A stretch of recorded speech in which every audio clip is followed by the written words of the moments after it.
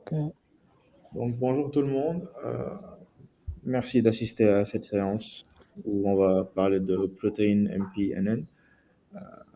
La séance sera dirigée par Mansour Sow, donc étudiant à AMI, African Master of Machine Intelligence.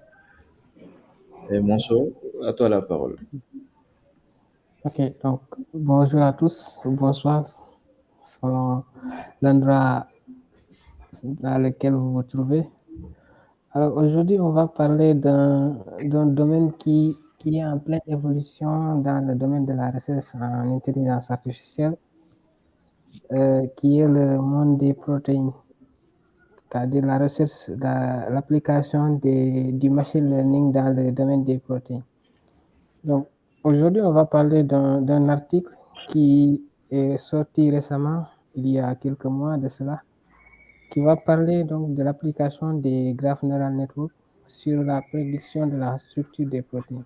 Donc, globalement, le titre de l'article, c'est Robust Deep Learning Based Protein Sequence Design Using Protein MPNN. Donc, l'idée générale de cet article, qui a été écrit d'ailleurs par ces différents auteurs-là, mais l'auteur principal, c'est Justin Deparas, qui est un étudiant postdoctoral à l'Université de Washington, aux États-Unis, dans le laboratoire de David Baker, qui est une personne qui a vraiment influencé, on va dire, la science de la prédiction de la structure des protéines, et qui est un homme qui est vraiment influent aussi dans l'application du machine learning et la vulgarisation de la science des protéines dans le machine learning durant ces années récentes-là. Donc, cet article a été écrit dans son laboratoire. Donc, l'IPD, c'est l'Institute of Protein Design de l'Université de Washington. Donc, l'idée principale de ce papier-là, comme expliqué ici, c'est de pouvoir prédire la structure des protéines en utilisant donc l'architecture des graph neural network. Donc, les graph neural network, c'est une architecture qu'on va dire qui est récente, dans la mesure où il y a quelques années qu'on a commencé à parler de cette architecture-là. Et ce n'est pas une architecture qui est encore vraiment très, très répandue, mais on a vu que son application sur des données biologiques, notamment par la structure géométrique de ces données-là, pouvait avoir des résultats prometteurs. Donc, les gens commencent à l'utiliser de plus en plus et on commence, mais on voit qu'il y a des résultats qui sont assez satisfaisants dans leur utilisation sur des données biologiques, notamment dû au fait de la structure donc, géométrique de ces données biologiques-là. Donc, cette présentation, on va d'abord la diviser en deux parties. Donc, dans la première partie, d'abord, on va parler un peu de ce que c'est les données de protéines. Donc, quelle est la structure donc, des données protéiniques, comment est-ce qu'ils sont organisés. Et ensuite, dans la deuxième partie, nous allons parler vraiment du modèle protéine MPNN et de l'architecture de ce modèle-là et comment on utilise ce modèle-là donc pour prédire la structure des protéines. Donc, comme je le disais tout à l'heure, les protéines, ce sont des éléments qui sont très essentiels, je dirais, dans l'organisme humain. Ils sont presque partout, avec des fonctions qui sont différentes en fonction donc de la partie du corps dans laquelle ils sont. Et on peut trouver des protéines sur on va dire sur les organes, sur le cœur, dans le sang, un peu partout dans l'organisme. On va dire c'est l'un des éléments essentiels donc, au bon fonctionnement de l'organisme. Donc, ces protéines-là, avant d'abord d'avoir une séquence de protéines, on a d'abord ce qu'on appelle une séquence d'ADN. Donc, l'ADN, c'est la séquence basique à partir de laquelle donc, on peut avoir une structure de protéines selon différentes phases donc, de transformation. Donc, on ne va pas trop se concentrer sur ces phases de transformation-là parce que Voilà, ce talk, il est plus organisé sur du domaine du machine learning, mais on va juste dire que c'est organisé en 3 phases. D'abord, on a la structure d'ADN. Ensuite, cet ADN-là, donc, on transforme ça en une séquence d'acides aminés. C'est cette séquence d'acides aminés-là qui constitue les protéines. Et donc, je pense que tout à l'heure, je vous ai partagé un lien sur le chat pour vous montrer donc à quoi ressemblait donc cette structure de séquence d'acides aminés-là. Généralement, vous avez le lien, j'espère. Allô? Le lien Google? La séquence d'acides aminés, donc la structure d'acides aminés. Oui, le lien est là. Si tu peux partager, non, si tu peux switcher sur ça pour que tout le Ouais. monde voit. Ok, attends. Là, j'ai mis un partage sur l'écran. Sinon, c'est pas très grave. J'ai mis aussi le lien pour que tout le monde puisse y accéder. Ok, donc il me confirme que le lien est déjà. Ils ont le lien. Donc, ce lien-là, il montre l'image d'une acide aminé, c'est-à-dire d'une amine simple. Non pas d'abord la séquence de protéines, c'est juste, excusez-moi, c'est juste une séquence, c'est juste un élément d'acide aminé, donc un élément de la séquence d'une protéine. Donc, il faut savoir qu'une protéine, c'est donc une succession de séquences d'acides aminés qui sont liées entre elles. Et donc, les acides aminés, ils sont composés, on va dire, de deux grandes parties. On a les aminos, donc c'est-à-dire les groupes d'hydrogène liés donc à ce groupe N-là d'atomes. On a donc la deuxième partie qui est le groupe carboxyle. Et ce groupe carboxyle-là, il est lié au groupe amino par donc l'atome de carbone qui est ici au milieu. Et cet atome de carbone, il est lié à un atome d'hydrogène et un atome qui est R. Alors, ce R-là, c'est un R groupe. Il est variant, comme on l'a dit, parce que c'est un groupe qui est random. C'est-à-dire qu'il peut prendre plusieurs formes différentes en fonction donc de la fonction de la protéine et de la structure de la protéine et de l'emplacement où se trouve la protéine dans l'organisme. Mais ce n'est pas un groupe qui nous intéresse ici. Généralement, ce qui nous intéresse ici, c'est le groupe d'amino qui est là et le groupe carboxyle qui forment vraiment les deux principales parties d'une acide aminé. Maintenant, c'est cette séquence d'acides aminés-là agencée entre elles qui vont former donc ce qu'on appelle la protéine. Donc, une protéine, généralement, c'est donc une structure, il n'y a rien d'autre qu'une structure d'acides aminés. Donc, ces acides aminés-là, donc, ils ont des noms. Ils ont des noms, je n'ai pas mis les noms ici. Mais chaque acide aminé, en fonction de sa propriété, il a un nom et il a une fonction. En fonction aussi de sa structure, c'est-à-dire la représentation 3D de chaque acide aminé, on peut déduire de sa représentation 3D quelle est la fonction de cet acide aminé-là. C'est-à-dire que ces acides aminés-là sont organisés dans l'organisme de façon 3D, c'est-à-dire on prend leurs coordonnées 3D. Et en fonction de la coordonnée 3D de chaque acide aminé, on peut prédire ou bien on peut comprendre quelle est la fonction donc, de cet acide aminé-là dans l'organisme. Et donc, c'est ça qui a intéressé vraiment les chercheurs parce que si on connaît la structure 3D d'une protéine, on peut donc savoir quelle est sa fonction, quel est son rôle dans l'organisme. Et donc, ce qu'on essaie de faire, c'est de capturer donc cette structure 3D-là et de voir comment est-ce que cette structure 3D peut nous permettre de prédire la séquence d'une protéine. Donc, généralement, c'est ce qu'on fait. Généralement, c'est ce que le machine learning en ce moment essaie de faire.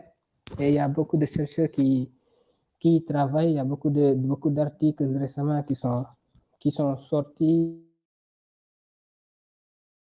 chacun de son côté, de voir comment il va utiliser cette structure 3D-là pour essayer de prédire une structure d'une autre protéine. Donc, ici, si on revient au papier, donc, dans l'abstract, on va dire un peu l'introduction, il a fait un peu l'état de l'art de ce domaine-là comme il le dit ici. Généralement, avant l'avènement de cet article-là, ce que les chercheurs utilisaient, c'est une approche qui est beaucoup plus orientée physique, c'est-à-dire Rosetta. Rosetta, c'est une méthode qui va prédire la structure d'une protéine, mais en utilisant des lois physiques. Alors que ici, ce que cet article donc essaie de proposer, c'est une approche qui est, qui est orientée machine learning pour essayer de prédire la structure de ces protéines-là. Et ce qu'on a vu avec cet article-là, c'est qu'il produit des résultats qui sont beaucoup plus convaincants, donc on va dire beaucoup plus améliorés que l'approche, les résultats qui ont été fournis par l'approche Rosetta. Ce qui a fait un peu, c'est l'article-là a pris un peu de, on va dire, il a fait un peu parler parce qu'il a été publié sur des revues vraiment prestigieuses comme la revue Science ou bien la revue Nature, parce qu'il est parvenu à avoir des résultats vraiment qu'on n'avait jamais eu avant, et avec une approche qui est différente, donc qui est basée sur donc, le machine learning et plus particulièrement donc, les graph neural network. Donc, je pense que c'est assez clair donc, sur les données des protéines et sur le contexte dans lequel on cherche à appliquer donc, ce modèle de machine learning, donc ces graphes neural network-là sur les protéines. Donc, si on résume jusque-là, ce qu'on a dit, c'est que on va utiliser un modèle de machine learning basé sur les graphes neural network pour prédire la structure des protéines. C'est ça l'idée générale de ce papier-là. Maintenant, comment il va le faire, ça, on va le voir tout à l'heure. Mais l'idée générale, comme il l'a résumé dans cet abstract-là, c'est ça, c'est-à-dire utiliser donc, le machine learning, c'est-à-dire un modèle qu'on appelle protein MPNN, pour essayer de prédire la structure des protéines. Donc, si on descend un peu sur cet article, ici, il a fait un peu une introduction, donc ce que j'expliquais tout à l'heure, de ce que c'est qu'une protéine et qu'une protéine, c'est une séquence d'acides aminés, ce qu'il a expliqué ici, dans cette première partie-là. Et ensuite, il a expliqué donc la méthode qu'on avait jusque-là, c'est-à-dire ce qui était l'état de l'art donc, dans cette science-là, dans ce domaine de recherche-là. Donc, ce qu'on savait, c'est que Rosetta faisait la même chose. Mais c'est que le problème avec Rosetta, c'est que Rosetta est une méthode qui est basée un peu sur la physique. Ils utilisaient donc la physique plutôt que le machine learning pour faire la structure pour faire la prédiction de la structure de la protéine. Mais ce qu'on avait constaté avec Rosetta, c'est que c'était un processus qui était extrêmement coûteux et c'est pas tous les laboratoires du monde qui pouvaient se permettre de faire ça. Il fallait avoir vraiment des infrastructures de qualité. Il fallait avoir donc un environnement qui était vraiment spécial. Et avoir cet environnement-là n'était pas donné à tout le monde. Il fallait avoir des labos vraiment sophistiqués pour pouvoir donc mettre en place donc cette architecture de Rosetta-là, ce qui n'était pas donné à tous les labos. Donc, on va dire un peu que l'avènement de ces protéines MPNN-là donne un peu l'espoir qu'on peut avoir des résultats sur ce domaine-là sans pour autant avoir la même architecture ou bien les mêmes moyens que ceux qui ont Rosetta. Donc ici, dans la deuxième partie de ce paragraphe, il a un peu expliqué l'architecture donc du protéine MPNN. L'architecture en parlant de 3 encodeurs et 3 décodeurs. Donc, si ici on se concentre un peu et on fait un peu le détail de cette architecture-là, le protéine MPNN, c'est une architecture qui se base sur les encodeurs et les décodeurs. C'est-à-dire, c'est une architecture qui est un peu similaire aux transformers. Les transformers, d'ailleurs, on va dire, c'est une architecture qui est toujours l'état de l'art, hein, parce que c'est pas seulement utilisé, on a vu que maintenant son utilisation n'est pas seulement spécifique au domaine du langage, du NLP, c'est-à-dire Natural Language Processing. On utilise donc les transformers sur d'autres domaines et notamment sur ici donc de la prédiction de la structure des protéines. Et donc, ils se sont basés sur une architecture de type transformers, mais ça ne veut pas dire qu'ils ont implémenté les mêmes éléments qui se trouvent dans les transformers de départ.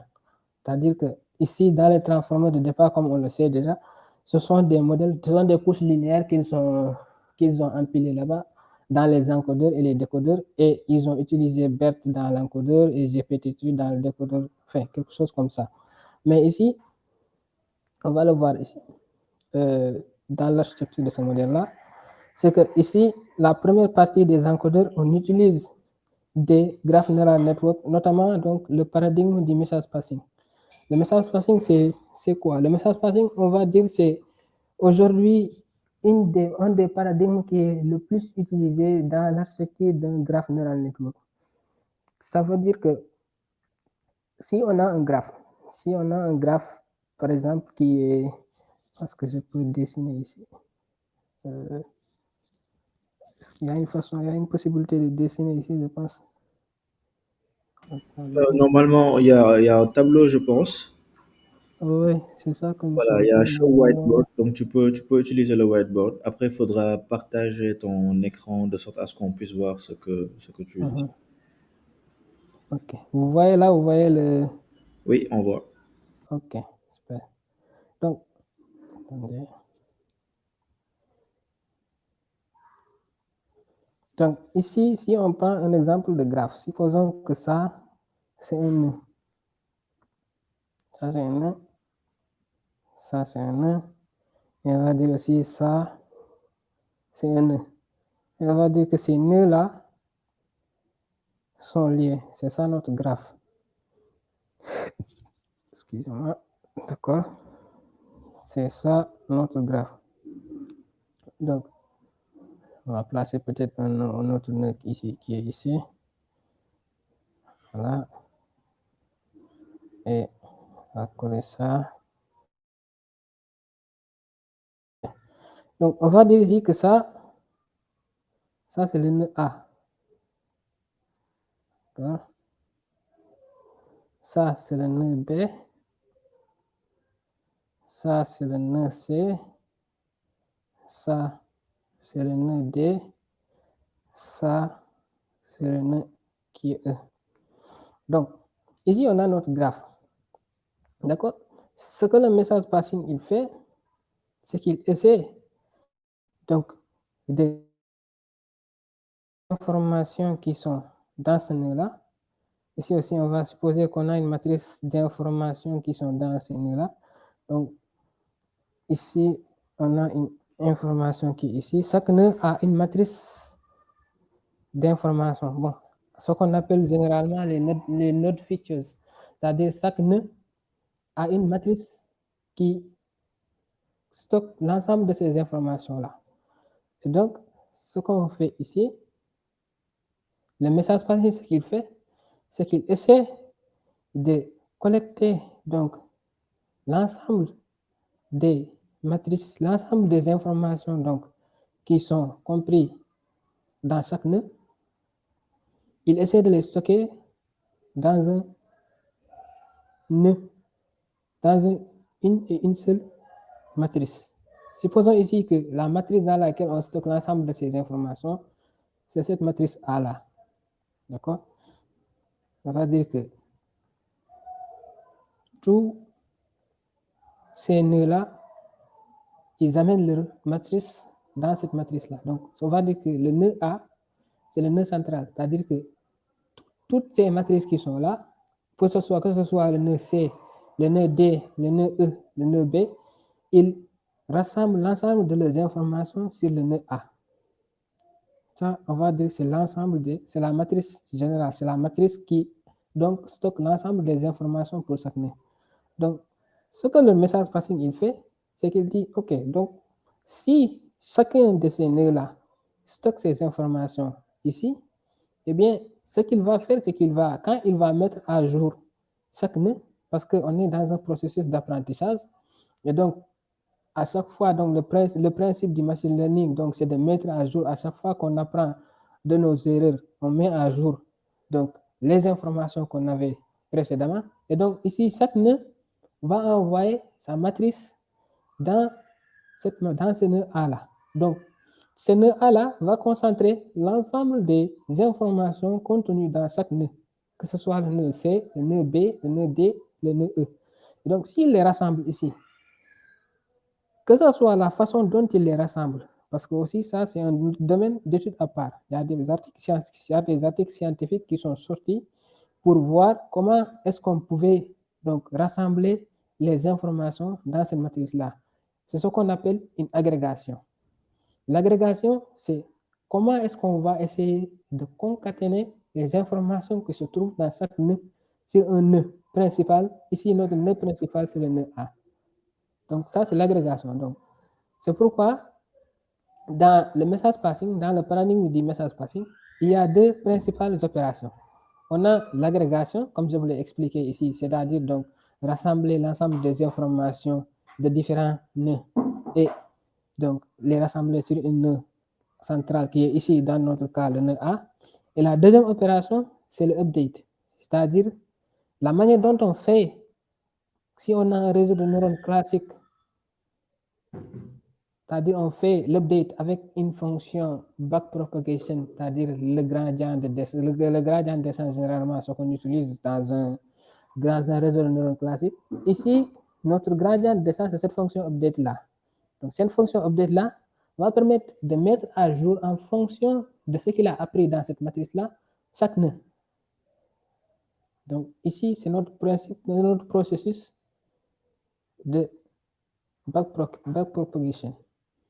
C'est-à-dire, donc, chaque nœud qui avait envoyé donc, des informations sur la matrice dans le nœud central A va recevoir une mise à jour d'informations qui va lui permettre de mettre à jour l'information qu'il avait ici.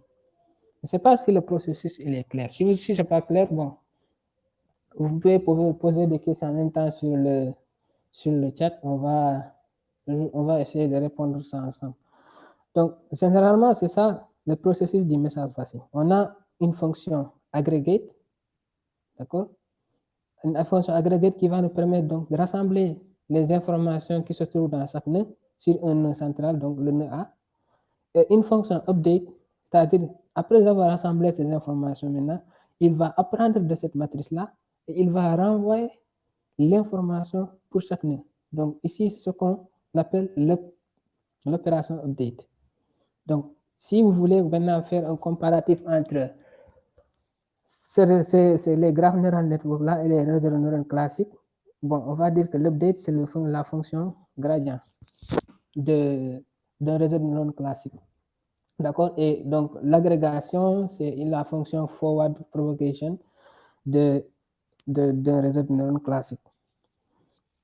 Voilà. Donc, ici, peut-être ce que j'ai ici oublié de noter, c'est qu'il y a trois principales façons de faire l'agrégation. On peut faire l'agrégation par la somme, l'agrégation par la moyenne, ou bien l'agrégation par le maximum. C'est-à-dire, si c'est l'agrégation par la somme, on va prendre donc chaque matrice qui est ici, c'est-à-dire que ce soit cette matrice-là, celle-là, celle-là, donc, et celle-là. On va essayer donc de sommer l'ensemble de ces matrices-là pour avoir cette matrice centrale-là. D'accord?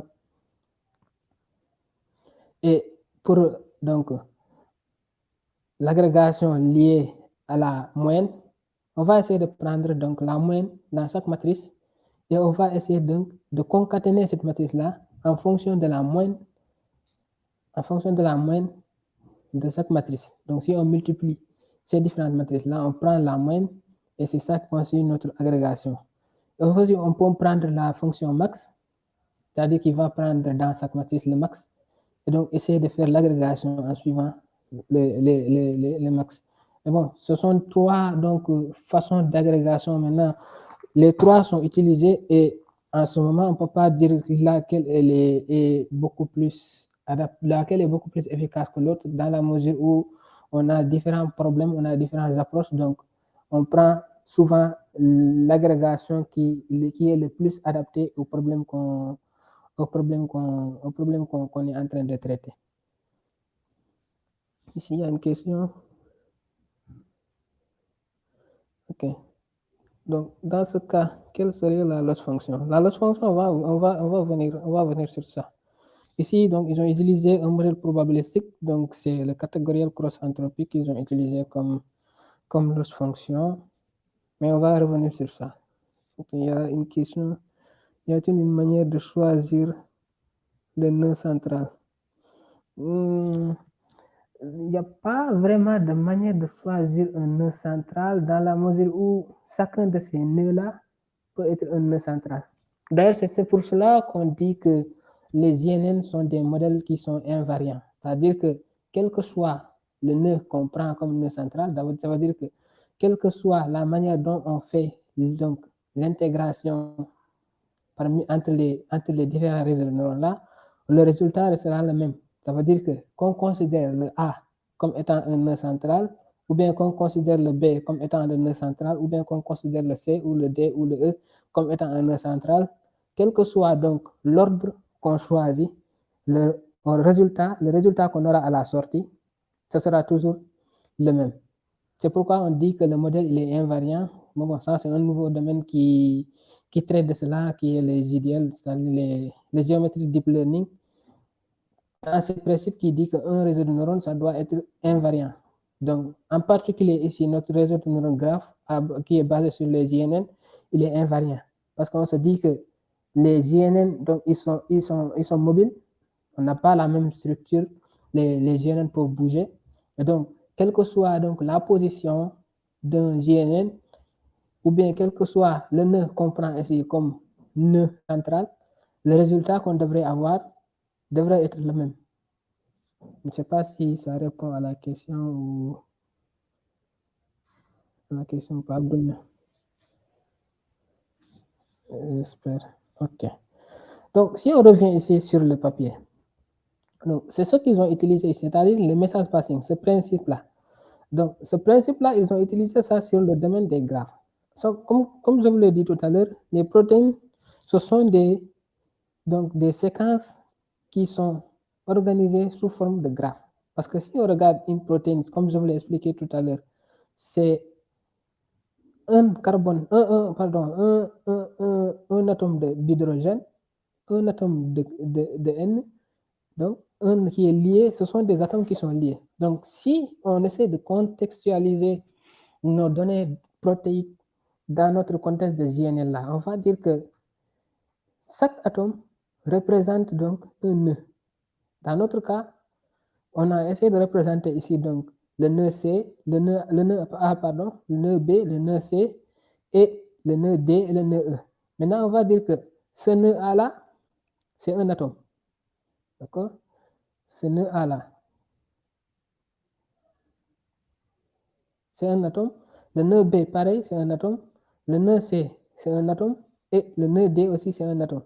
Maintenant, par rapport à notre architecture de données qu'on a fait ici, c'est-à-dire par rapport à nos acides amylaires, si on considère que les atomes, ce sont les nœuds, donc logiquement, on devrait considérer que leurs liaisons, ce sont les arêtes.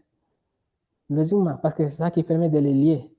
Donc, partant de ce principe-là, on a notre graphe, c'est-à-dire qu'on a nos nœuds qui sont les atomes, d'accord?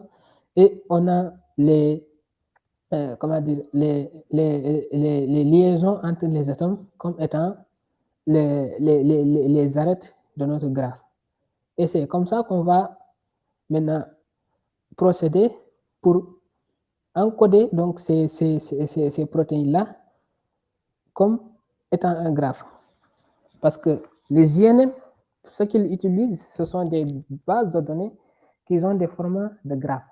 Donc, si on considère que les protéines sont notre graphe avec les atomes comme donc les nœuds et les liaisons entre les atomes comme étant les arêtes, on a notre graphe. Donc, logiquement et techniquement, rien ne nous empêche de calculer ou bien d'avoir une approche GNN pour ces protéines-là. Et c'est ce qui a donné l'intuition aux chercheurs donc de plus orienter leurs recherches en utilisant des architectures JNN parce que d'après eux, ils considèrent que ce sont des architectures qui sont plus adaptées pour traiter ce type de graphe-là. Parce que si on prend, on disait que c'est bon, cette architecture de RNN ou bien cette architecture basée sur les séquences, comme dans le cas des textes, on peut utiliser les RNN ou bien on peut utiliser les STM. Mais les résultats de recherche ont montré que plus on utilisait une architecture qui est adaptée à notre façon, à nos données, plus on obtenait des résultats qui sont convaincants. Et je pense que c'est ça la principale idée dans ce nouveau domaine qui est les géométriques deep learning, dans lesquels les graphes neural network constituent une partie essentielle. Parce que ce que les géométriques deep learning disent, bien vrai que bon, c'est pas le sujet principal du talk, mais on ne peut pas parler de GNN sans parler de géométriques deep learning, parce que c'est un peu, on va dire que c'est la base, c'est bon, c'est le précurseur pour, donc, dans la création de ces graphes neural network. Le géométrie deep learning, principalement, ce qu'il dit, c'est que si on a un espace d'une grande dimension, plutôt que de ramener donc cet espace dans une grande dimension vers une petite dimension, ce qu'on faisait souvent avec le machine learning, on va essayer plutôt d'avoir une architecture qui s'adapte à cette dimension-là, à ce type de données-là. Et généralement, c'est ce qu'on fait ici. C'est-à-dire qu'au lieu de prendre ces protéines-là et d'essayer de les adapter aux réseaux de neurones classiques comme les RNN, les CNN ou bien les LSTM que nous avons, on va plutôt prendre une architecture qui va essayer de s'adapter aux données. C'est-à-dire, donc, c'est l'opération inverse de ce qu'on faisait depuis l'avènement de l'IA. Et ça a prouvé que, bon, ça a montré des résultats qui sont favorables. Et ça, cet article est un peu le résultat de cette nouvelle approche des JDL là. Donc ici, la première partie de l'architecture, c'est l'encodeur, comme dans le cadre des transformers. Mais on a dit qu'à la différence des transformers, les couches qui sont utilisées dans Protein MPNN, ce sont des couches qui suivent le paradigme message passing, c'est-à-dire qu'on met à jour les node features et on met à jour les arêtes. Donc, pour faire cela, on utilise 3 couches. On utilise une couche ici pour les nodes. Les 3 couches-là concernent les nodes. C'est ici, ces 3 couches-là, ce sont des couches de message passing. Et ici, on a des couches pour les edges. Les couches pour les edges aussi, c'est 3 couches. Donc, on a donc généralement 3 couches pour les nodes, c'est-à-dire les nœuds, et 3 couches pour les arêtes. Et ce sont ces 3 couches pour les nœuds qui vont mettre à jour donc, les informations dans les différents nœuds. Et ces 3 couches pour les arêtes-là vont mettre à jour les informations sur les edges. Parce que ce que je n'ai pas précisé ici aussi, c'est que ces liaisons-là, ces arêtes-là peuvent contenir eux aussi des informations. Et dans le cadre des protéines, ces arêtes-là contiennent des informations. Après, dans certains cas, ces arêtes-là peuvent ne pas avoir des informations, peuvent juste être des liaisons. D'accord? Donc, dans le cas spécifique des protéines-là, ces arêtes-là, ils ont des informations. Donc, raison pour laquelle on a ici des couches de message passing pour des nodes et des couches de message passing pour les arêtes.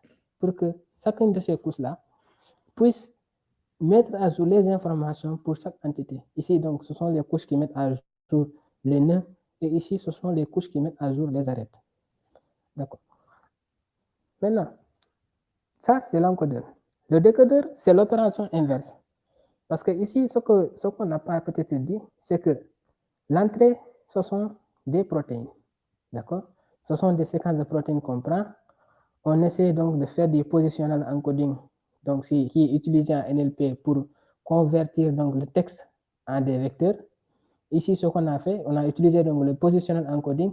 Et aussi, qui est une notion importante qu'on a utilisée aussi, c'est la distance entre les atomes. C'est-à-dire qu'on a calculé la distance entre l'atome N et l'atome C.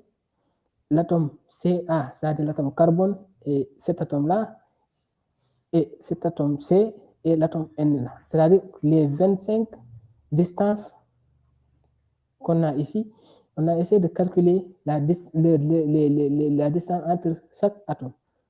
Parce que ici, on a, je vais faire un zoom. Si on a deux chaînes de protéines, on a une chaîne A et une chaîne B qui sont liées. Et donc, ce qu'on essaie de calculer, c'est la distance entre les atomes. Parce que quand on va prédire cette distance-là, elle va être très importante pour pouvoir recouvrir donc, la séquence de protéines qu'on va avoir. Donc ici, le décodeur, il fait l'opération inverse. C'est-à-dire qu'il prend les vecteurs qu'on avait ici, c'est-à-dire les vecteurs qu'on a mis à jour ici grâce aux couches d'encodeur là. Il va essayer donc de faire du décodage de ces vecteurs-là. C'est-à-dire, la principale opération ici du decoding, c'est de prendre la matrice qu'on a ici, la matrice qui sort des encodeurs là, et donc utiliser la probabilité, donc parce que c'est un modèle qui est probabilistique, il va utiliser donc la probabilité pour chaque élément afin de recouvrir une séquence de protéines ici. C'est ce qu'il a fait. C'est-à-dire qu'il prend une matrice de chiffres, il va faire l'opération inverse. Toujours, l'architecture, ce sont des messages passing qui est là. Et il va essayer de recouvrir la séquence de protéines en fonction de la probabilité de chaque acide aminé. C'est-à-dire qu'il va voir que les probabilités, il a par exemple cette séquence-là, elle a une probabilité de 0,5 qu'elle soit ici. Donc, il va considérer que cette séquence-là, c'est cette séquence-là qui doit être ici. Tout en sachant que quand il est en train de faire le décodage, on avait des chaînes fixes. C'est-à-dire que ce n'est pas toutes les chaînes qui ont été prédites. Il y a des chaînes qui sont fixes et certains acides aminés qui vont être prédits. C'est un peu ce que fait le modèle BERT, c'est-à-dire quand on a une séquence de phrases, il va essayer de masquer certains mots et il va essayer de prédire ces mots-là en fonction du contexte des mots qu'il a. C'est-à-dire que si on a par exemple la phrase « je vais à l'école », il va essayer de casser peut-être le V et l'école. Maintenant, il va se baser sur « je » et A pour essayer de prédire les mots qui sont V et l'école. C'est un peu ce que fait ce modèle-là. C'est-à-dire que la séquence de protéines qu'il a ici, il va masquer certains acides aminés. Par exemple, ici, il a l'acide aminé E, l'acide aminé P, ici, sur la position là, il va les fixer et il va essayer de prédire les acides aminés qu'il a masqués ici. Et donc, quand il fait cela, il va sortir des probabilités. Et les probabilités là, c'est pour lui dire à quel niveau de probabilité, comment dire, quelle est la vraisemblance que cet acide aminé là soit l'acide aminé ici qu'on a masqué ici. C'est un peu ça que fait c'est le décodeur. Donc, il a la matrice qui sort de l'encodeur. Il va utiliser donc les probabilités et à partir de ces probabilités-là, il va sortir des séquences. Donc, c'est un processus qui est itératif parce qu'à chaque fois qu'il va définir il va revenir sur la matrice, il calcule la probabilité, il sort des séquences, il refait le même processus. C'est pourquoi donc on a mis ici ce cercle-là parce que c'est un processus qui est itératif et qui se répète à chaque fois. Donc, ça, c'est le modèle. Ensuite, par rapport à la loss fonction, c'est-à-dire la question que posait Ismaël tout à l'heure, ici on a utilisé le catégoriel cross entropie comme loss fonction. Donc, je ne sais pas si ça répond à la question ou... Oui, ça répond bien à la question. Ok. Donc, ici on a utilisé le catégoriel loss cross entropie. Pour les résultats, parce que aussi un modèle, c'est bien de faire une architecture et tout ça, mais si on n'a pas des résultats qui sont probants, on ne peut pas dire vraiment que le modèle il a réussi ou pas. Et donc, avant de parler d'abord des résultats, peut-être faire un petit détour sur le dataset. Le dataset qui a été utilisé ici, c'est un dataset qui contient donc des protéines, mais il y a 3 différents types de protéines qui ont été utilisés ici. Parce que les protéines aussi, ils sont hiérarchisés en fonction de leur complexité. Et ici, il y a 3 niveaux de complexité qui ont été utilisés dans cette architecture, dans ce modèle-là. D'abord, il y a eu les protéines qui sont de type simple, c'est-à-dire les monomères, les monomères de type, les protéines, bon, les protéines, ce sont des monomères, mais bon, ce sont des monomères de très simples monomères qu'on a utilisés. Ensuite, on a utilisé des monomères beaucoup plus complexes qu'on appelle donc les homodimères. C'est une structure qui est beaucoup plus complexe qu'une protéine normale. Et on a utilisé une troisième catégorie de protéines qui s'appelle les homo-oligomères.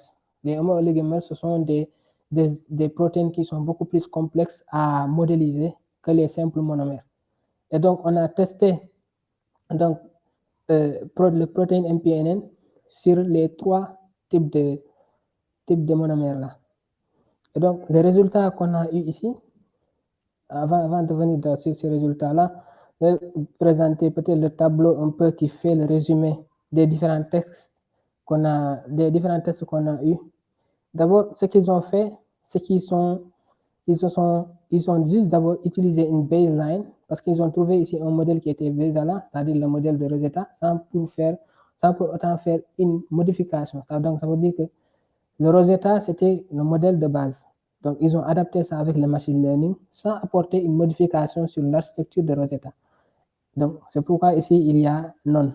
Ensuite, ils ont eu un résultat, c'est-à-dire une précision de 41%. D'accord? Ici, ils ont testé avec AlphaFold. Bon, ici, perplexité, c'est la même perplexité qu'on utilise sur le NLP, c'est la même métrique. Donc, ils ont testé aussi sur AlphaFold. Parce que AlphaFold aussi, il fait la même chose, c'est-à-dire il prend des séquences et il essaie de prédire la structure d'une protéine. C'est un peu ce que fait protéine MPNN, mais avec des paradigmes différents. Dans la mesure où AlphaFold, eux, ils utilisent un peu les réseaux de convolution. Je parle de la première version d'AlphaFold, pas d'AlphaFold 2, parce qu'AlphaFold 2, ils utilisent des transformers et un réseau qui est un peu spécifique qui s'appelle les evoformers. Bon, ça c'est un topic à part entière. On pourra en parler dans le futur peut-être. Mais ici, l'AlphaFold là, ils utilisent des CNN dans leur architecture, alors que nous, on utilise des CNN dans notre architecture. La première expérimentation, c'est juste qu'ils ont ajouté donc les distances dont je parlais tout à l'heure, c'est-à-dire les distances entre les atomes. Et donc, ils ont obtenu un résultat qui est de 49% en termes d'accuracy, alors que AlphaFold, eux, ils avaient 45% avec les mêmes paramètres.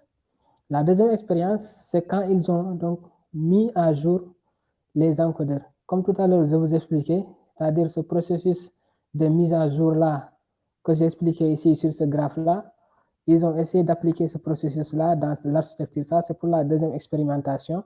Ils ont eu 43% d'accuracy et par rapport à AlphaFold 2, on va dire que ce sont des pourcentages qui se valent.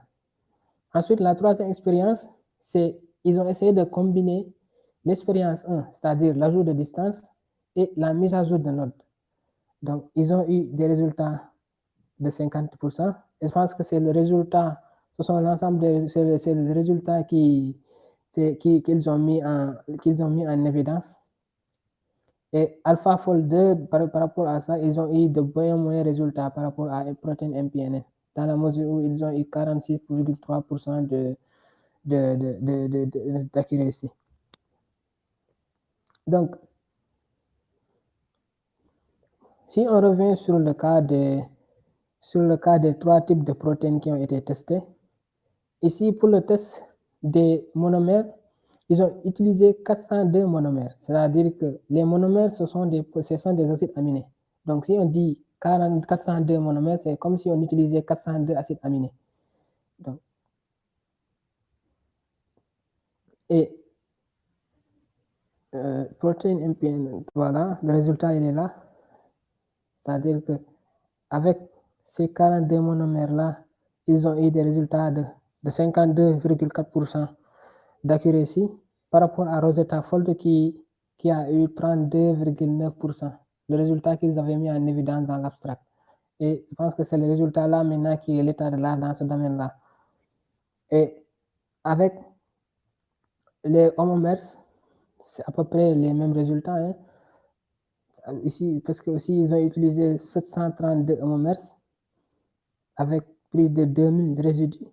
Résidus, ce sont les séquences d'acide, ce sont les séquences d'ADN. Donc, à partir de 2000 résidus d'ADN, à partir de 2000 séquences, ils ont formé 732 séquences de protéines et 98 hétéromères. C'est ce que je disais tout à l'heure, c'est-à-dire c'est la deuxième catégorie de protéines qui est un peu plus complexe que les simples protéines, c'est-à-dire les monomères. Et ils ont eu à peu près les mêmes résultats à 52%.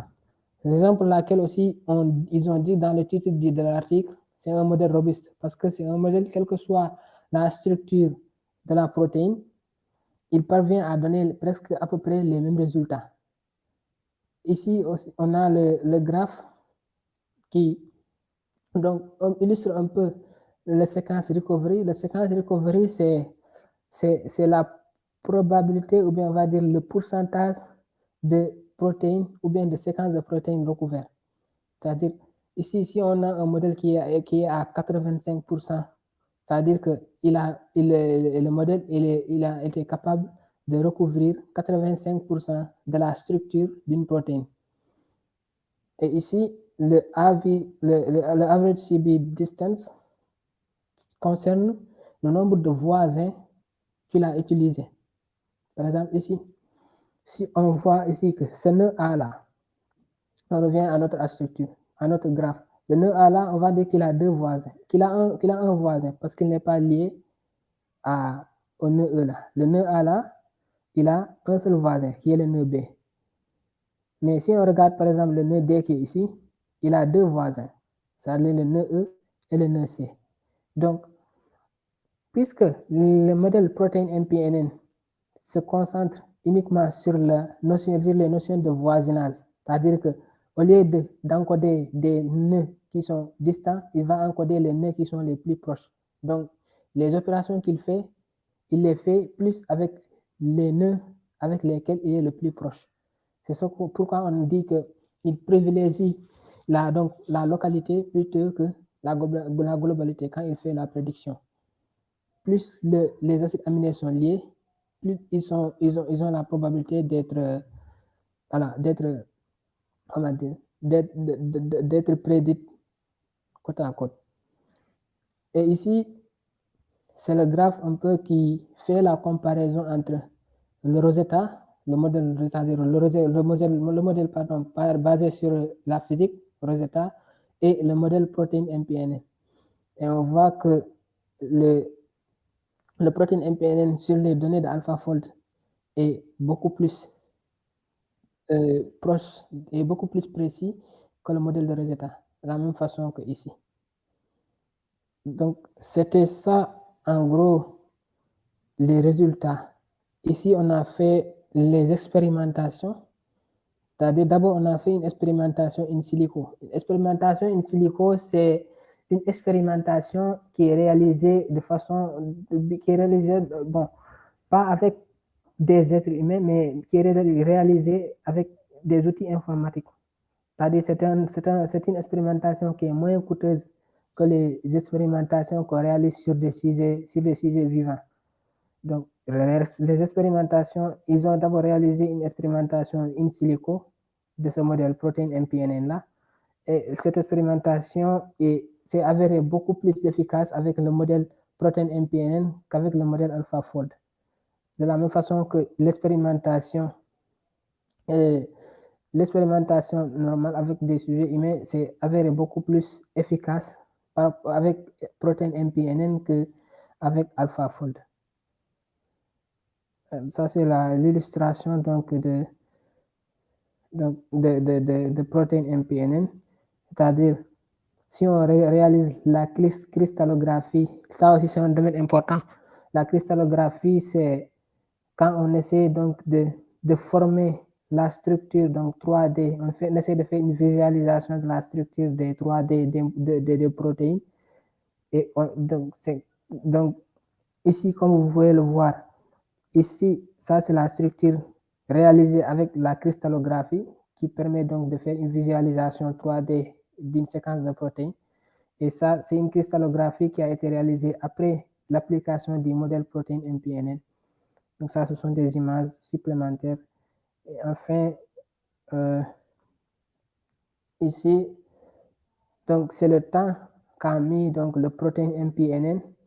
Il y a un comparatif entre le temps qu'a mis protéine MPNN et le modèle AlphaFold pour faire le séquençage, faire le design pardon, de chaque protéine. On voit que le modèle protéine MPNN est beaucoup plus rapide en termes de temps que le modèle AlphaFold. Il prend beaucoup moins de temps et est beaucoup moins coûteux. Et je pense qu'il y a une API qui est sortie sur Hugging Face qui fait un peu, donc, bon, étant donné une protéine, si on lui donne le nom d'une protéine, il peut, grâce au modèle donc, de protéine MP, il peut générer une séquence de protéines. Il y a aussi l'implémentation, il y a aussi l'API il y a aussi, bon, pardon, comment dire, AlphaFold 2 aussi qui essaie de proposer la même chose. Bon, les deux plateformes sont disponibles sur Hugging Face qui met à disposition pour les utilisateurs qui veulent tester cela. Vous lui donnez une séquence de protéines, par exemple, cette séquence de WO0Z là, c'est un nom de protéine, et vous lui demandez de modéliser, donc c'est-à-dire de prédire la structure de cette séquence-là. On remarque que le protéine MPNN est beaucoup plus rapide dans la génération donc, de cette protéine que AlphaFold 2. Normal parce que AlphaFold 2 est un modèle beaucoup plus large. Le protéine MPNN est un modèle qui d'abord qui est en phase de test. Il est bien vrai qu'il a des résultats qui sont probants, mais il n'a pas été mis à disposition à grande échelle, comme l'a été AlphaFold. Donc, en gros, c'était ça le but du papier. Donc, si on résume, donc le papier, il parlait de l'application donc des JNN sur la prédiction de la structure des protéines. Ça, c'est une première information. La deuxième information, c'est que donc les JNN montrent des résultats qui sont assez encourageants dans ce domaine de la structure de la structure des protéines là, notamment dans la structure 3D. On rappelle qu'il y a une fonction qui est une structure très importante, c'est même la structure la plus importante quand il s'agit des protéines parce que c'est cette structure là qui va nous permettre de la conception des médicaments. Donc ça, c'est un domaine qui s'appelle le drug discovery. Ça qui est aussi un domaine qui est en train de monter en puissance. Donc, ces structures de 3D-là peuvent être modélisées en utilisant des INN. Et globalement, ce que fait ce protéine NPNN-là, c'est essayer de prendre une séquence d'acide aminé et essayer de modéliser une autre séquence d'acide aminé en fonction des séquences qui sont déjà apprises. Donc, l'idée générale, c'est ça. Après, le papier, il a des limites. Parce que je vous disais tout à l'heure, vous parlez de la notion d'invariance donc de cette architecture-là. Bien vrai que cette architecture elle est invariante, c'est-à-dire quel que soit l'ordre d'intégration des nœuds, on a toujours le même résultat. Mais ce qu'ils n'ont pas pris en compte, les auteurs dans leur article, c'est l'équivariance. C'est-à-dire, aujourd'hui, les JNN, surtout les protéines, ce pas des molécules qui sont fixes. Ils bougent. C'est-à-dire, ils changent de position. Le nœud A là, il peut changer de position, il peut venir ici, il peut se mettre ici et prendre cette place-là. De la même façon que le nœud B là peut quitter ici et venir ici. Et donc, dans cet article-là, les auteurs n'ont pas pris en compte la position des nœuds. Donc, ce qui fait que le modèle, il n'est pas équivariant. Si on essaie de lui passer des propriétés équivariantes, il va avoir des limites. C'est un peu la perspective de recherche vers laquelle les chercheurs sont en train de s'orienter pour voir comment est-ce qu'il y a une possibilité de rendre ce modèle-là équivariant. Et il y a des travaux qui sont en train d'être réalisés dans ce sens-là. Je pense que c'est en gros, tout ce que j'avais à dire sur cet article-là, il y a beaucoup de choses évidemment que j'ai pas dit parce que c'est un article qui contient beaucoup d'informations qui ne peuvent pas être vraiment explicitées totalement dans ce temps-là, mais j'ai essayé d'être au plus clair et d'être au plus, d'avoir des explications un peu plus basiques pour que l'audience puisse comprendre.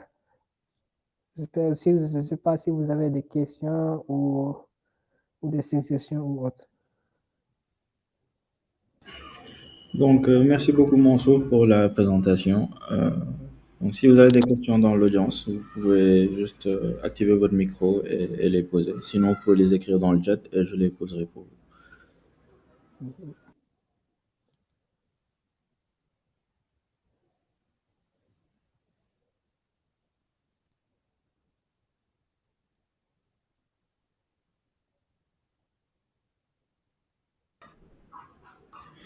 Donc, s'il n'y a pas de questions, est-ce que tu peux revenir sur le rapport entre protéines MPNN et AlphaFold? Comment est-ce que les deux se comparent? Je pense qu'ils font à peu près le même travail. Ouais, On a des il faut. protéines et on veut voir leur forme 3D. Mhm, Donc, voilà, comment est-ce qu'ils se comparent? Est-ce qu'il y a, il y a un des deux qui est nettement meilleur que l'autre? mhm. En fait, AlphaFold 2, euh, c'est pas AlphaFold 2 qui est comparé ici à Protein MPNN, c'est plutôt AlphaFold. Mais bon, on va dire que c'est c'est dans le même contexte. Ok. C'est-à-dire, ce que je précisais tout à l'heure, c'est que des approches sont différentes. Dans quelle mesure? Dans la mesure où Protein MPNN se base sur des INN. L'architecture, c'est des INN, c'est-à-dire des graphes neural network. Mhm. Et AlphaFold, contrairement à Protein MP, se base sur des CNN. D'accord. Vous voyez, c'est ça la principale différence. Ça Mais la principale différence. en Et termes de résultats, il y a un qui fait mieux que l'autre ou... en termes de résultats, ouais, ce qu'on a montré ici. En termes de résultats, Protein MPNN a une précision Euh, qui est un peu plus Ça, c'était Alpha. grande. Ah oui, ok, Ouais, je pense que c'était AlphaFold. très bien. Mhm. Donc, en termes de ressources de calcul, donc puissance de calcul nécessaire pour pouvoir utiliser protéines MPNN, Mhm. tu as une idée de la puissance de calcul qu'il faudrait, combien de GPU? Hum, Bon, pas exactement, mais par contre, ce que je peux vous dire, c'est que la base de données, elle tourne autour de 4 gigas. C'est-à-dire, si on rassemble l'ensemble des différents types de protéines qu'on a, la base, elle tourne autour de c'est une base de 4 gigas qui a été utilisée. Et je pense que pour faire tourner ce modèle-là, from scratch, il faut avoir une très grande puissance de calcul. D'accord. Mais c'est pas exactement la puissance de calcul nécessaire pour Si. mhm, Ouais, j'imagine que ça, avec 2 ou 3 GPU, ça devrait marcher. Après, oui, comme tu dis, mhm, mhm, non, pas une bonne idée de. mhm. Et aussi, il y a aussi le repo qui est là, je peux vous le partager Ok, l'instant. le repo Git, ok. Il y a le repo Git qui est là. Et c'est un repo qui est open source, donc chacun peut contribuer, chacun peut forker le projet et essayer d'apporter des idées nouvelles ou bien une nouvelle façon de faire le embedding ou bien de faire donc la représentation des mots, la représentation pardon, des séquences pour essayer d'améliorer le résultat. D'accord.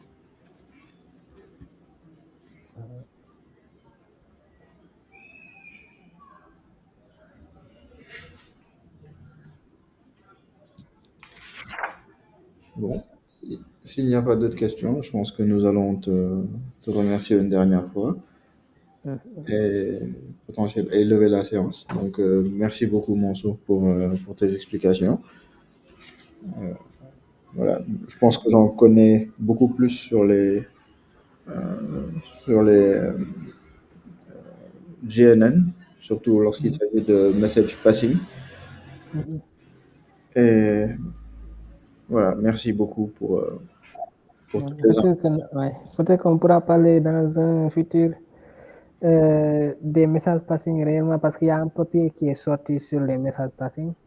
Attendez, je partage le De toute papier. façon, ce sera un plaisir pour nous que tu reviennes nous présenter. Avec plaisir, avec plaisir. Pour moi, les INN, comme c'est une passion, donc, ce sera toujours un plaisir de parler des INN. Et je pense que les futurs talks vont plus se concentrer sur réellement la partie IA parce que cet article-là, bien vrai qu'il y a il y a de l'intelligence artificielle, du machine learning, mais il y a une partie biologique qui est peut-être qu'une personne qui n'est pas vraiment imprégné sur le vocabulaire biologique peut avoir des difficultés à comprendre. Oui, effectivement. Après, oui, peut-être que s'il y a un papier principalement axé sur le message passing et sur la partie plus machine learning Mhm. et beaucoup plus pédagogique, Ouais. ça sera toujours un plaisir de t'accueillir pour nous parler de ça. Ouais, on pense que ouais, sur les futurs talks, ouais, on va mettre l'accent plus sur les architectures des INN qui existent. Ça marche. Ok. Merci beaucoup encore, Mansour. Et Mhm. voilà, on espère te revoir bientôt dans une autre Ok, c'est moi qui vous remercie de me donner l'occasion de faire une présentation. Merci beaucoup. Merci à vous.